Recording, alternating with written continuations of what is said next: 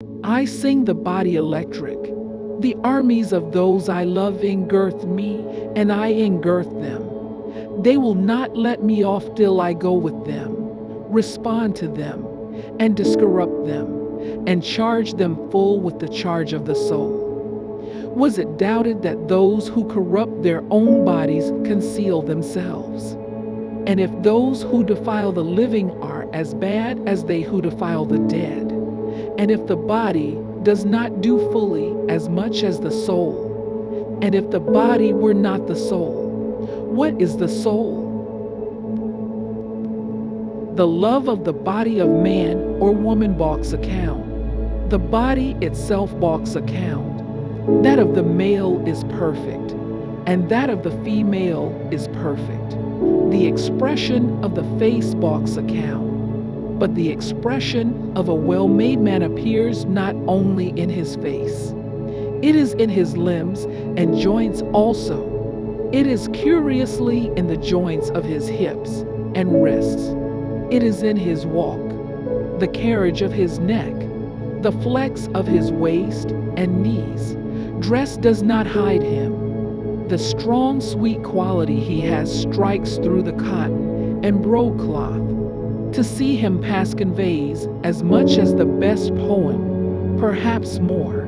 You linger to see his back, and the back of his neck and shoulder side, the sprawl and fullness of babes, the bosoms and heads of women, the folds of their dress, their style as we pass in the street, the contour of their shape downwards, the swimmer naked in the swimming bath, seen as he swims through the transparent green shine, or lies with his face up and rolls silently to and from the heave of the water, the bending forward and backward of rowers in rowboats, the horseman in his saddle, girls, mothers, housekeepers, in all their performances, the group of laborers seated at noontime with their open dinner kettles, and their wives waiting, the female soothing a child, the farmer's daughter in the garden or cow yard,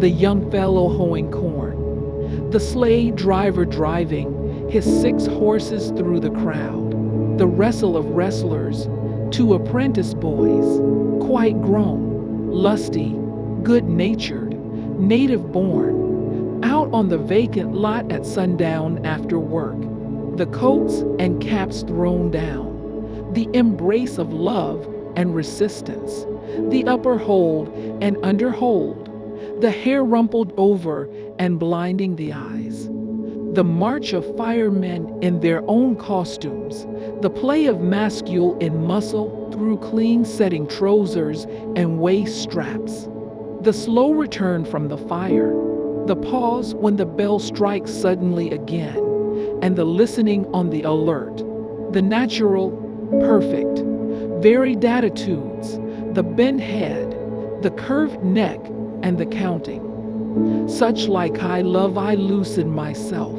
pass freely, am at the mother's breast with the little child, swim with the swimmers, wrestle with wrestlers, march in line with the firemen, and pause, listen, count. I knew a man, a common farmer, the father of 5 sons, and in them the fathers of sons, and in them the fathers of sons. This man was of wonderful vigor, calmness, beauty of person, the shape of his head, the pale yellow and white of his hair and beard, the immeasurable meaning of his black eyes, the richness and breadth of his manners. These I used to go and visit him to see. He was wise also. He was 6 feet tall. He was over 80 years old. His sons were massive, clean, bearded, tan-faced, handsome. They and his daughters loved him. All who saw him loved him. They did not love him by allowance. They loved him with personal love. He drank water only. The blood showed like scarlet through the clear brown skin of his face. He was a frequent gunner and fisher. He sailed his boat himself. He had a fine one presented to him by a ship joiner. He had falling pieces presented to him by men that loved him. When he went with his 5 sons and many grandsons to hunt or fish, you would pick him out as the most beautiful and vigorous of the gang. You would wish long and long to be with him. You would wish to sit by him in the boat that you and he might touch each other. I have perceived that to be with those I like is enough. To stop in company with the rest at evening is enough. To be surrounded by beautiful, curious, breathing, laughing flesh is enough. To pass among them or touch anyone, or rest my arm ever so lightly round his or her neck for a moment. What is this then? I do not ask any more delight. I swim in it as in a sea. There is something in staying close to men and women and looking on them, and in the contact and odor of them, that pleases the soul well. All things please the soul, but these please the soul well. This is the female form. A divine nimbus exhales from it from head to foot. It attracts with fierce, undeniable attraction. I am drawn by its breath as if I were no more than a helpless vapor. All falls aside but myself and it. Books, art, religion, time, the visible and solid earth, and what was expected of heaven or feared of hell, are now consumed. Mad filaments, ungovernable shoots play out of it. The response likewise ungovernable, hair, bosom, hips, bend of legs, negligent falling, hands all diffused, mind too diffused, ebb stung by the flow and flow stung by the ebb, love flesh swelling and deliciously aching, limitless limpid jets of love hot and enormous, quivering jelly of love, white blow and delirious nice, bridegroom night of love working surely and softly into the prostrate dawn, undulating into the willing and yielding day, lost in the cleave of the clasping and sweet flesh day. This the nucleus after the child is born of woman, man is born of woman, this the bath of birth, this the merge of small and large, and the outlet again. Be not ashamed, women, your privilege enclose the rest, and is the exit of the rest. You are the gates of the body, and you are the gates of the soul.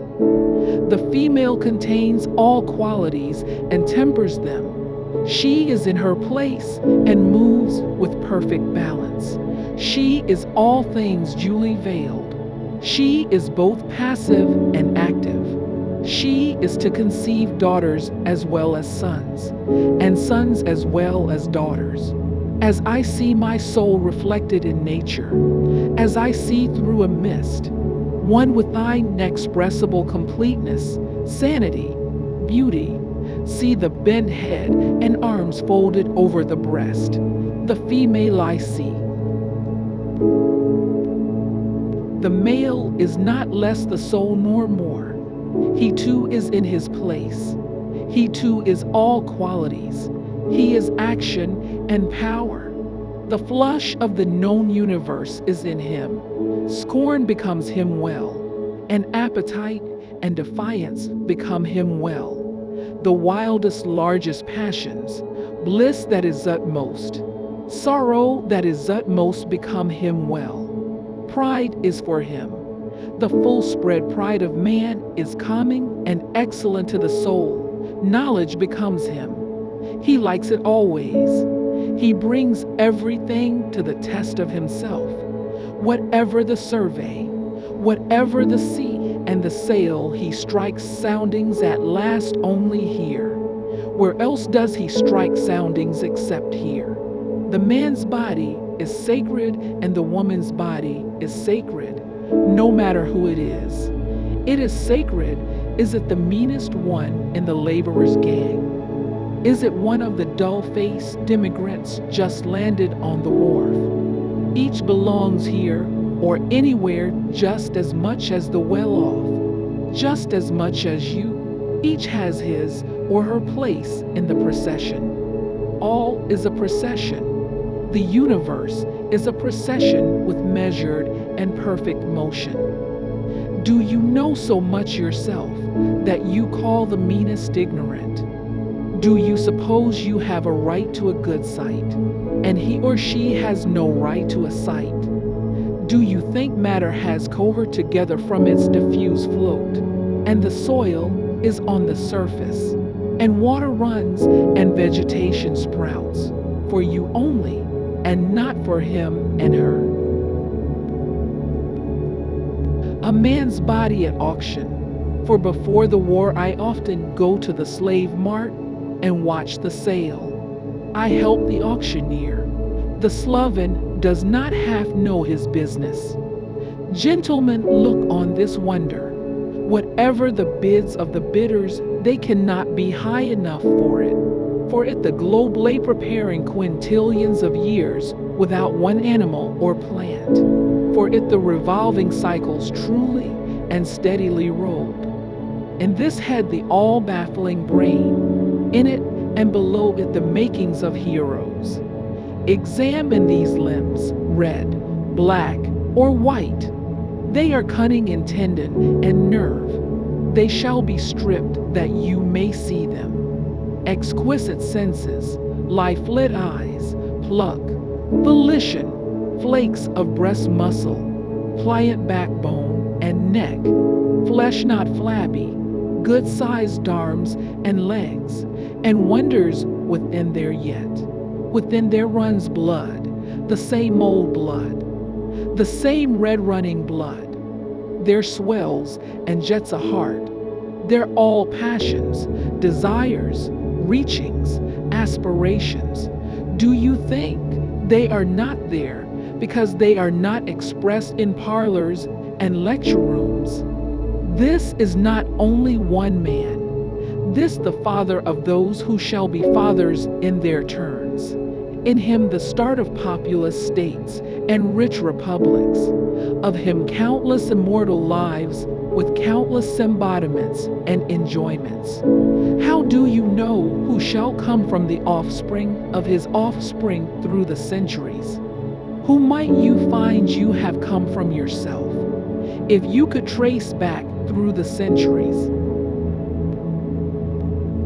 A woman's body at auction, she too is not only herself. She is the teeming mother of mothers. She is the bearer of them that shall grow and be mates to the mothers.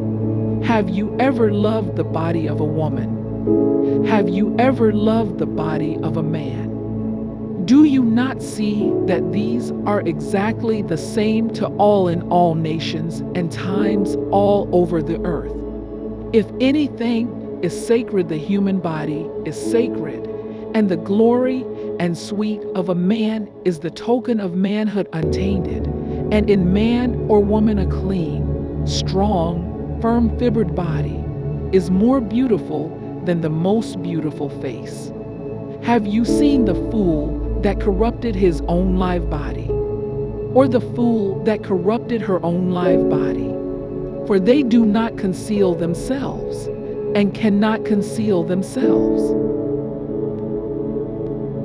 O my body, I dare not desert the likes of you in other men and women, nor the likes of the parts of you.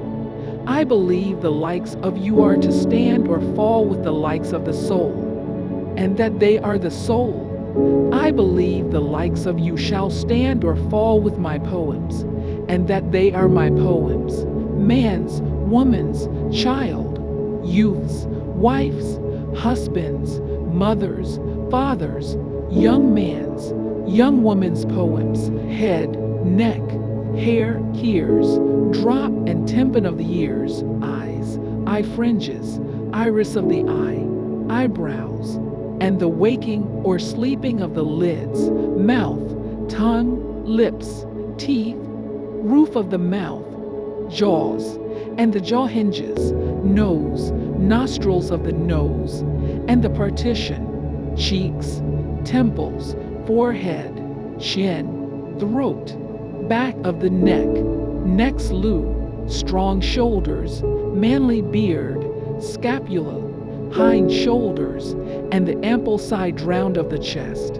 upper arm, armpit, elbow socket, lower arm, arm signs, arm bones, wrist and wrist joints, hand, palm, knuckles, thumb, forefinger, finger joints, fingernails, broad breast front, curling hair of the breast, breastbone, breast side, ribs, belly, backbone, joints of the backbone, hips, hip sockets, hip strength, inward and outward round, man balls, man root, strong set of thighs, well carrying the trunk above, leg fibers, knee pan, upper leg, under leg, ankles, inst, football, toes, toe joints, the heel, all attitudes, all the shapeliness, all the belongings of my or your body or of anyone's body, male or female, the lung sponges, the stomach sac, the bowels sweet and clean, the brain in its folds inside the skull frame, sympathies, heart valves, palate valves, sexuality, maternity, womanhood, and all that is a woman, and the man that comes from woman, the womb, the teats, nipples, breast milk, tears, laughter, weeping, love looks, love perturbations and risings, the voice, articulation, language, whispering, shouting aloud, food, drink, pulse, digestion, sweat, sleep, walking, swimming, poise on the hips, leaping, reclining, embracing, arm curving and tightening, the continual changes of the flex of the mouth and around the eyes, the skin, the sunburned shade, freckles, hair, the curious sympathy one feels when feeling with the hand the naked meat of the body, the circling rivers the breath, and breathing it in and out, the beauty of the waist, and thence of the hips, and thence downward toward the knees. The thin red gel is within you or within me, the bones and the marrow in the bones, the exquisite realization of health. Oh, I say these are not the parts and poems of the body only, but of the soul. Oh, I say now these are the soul.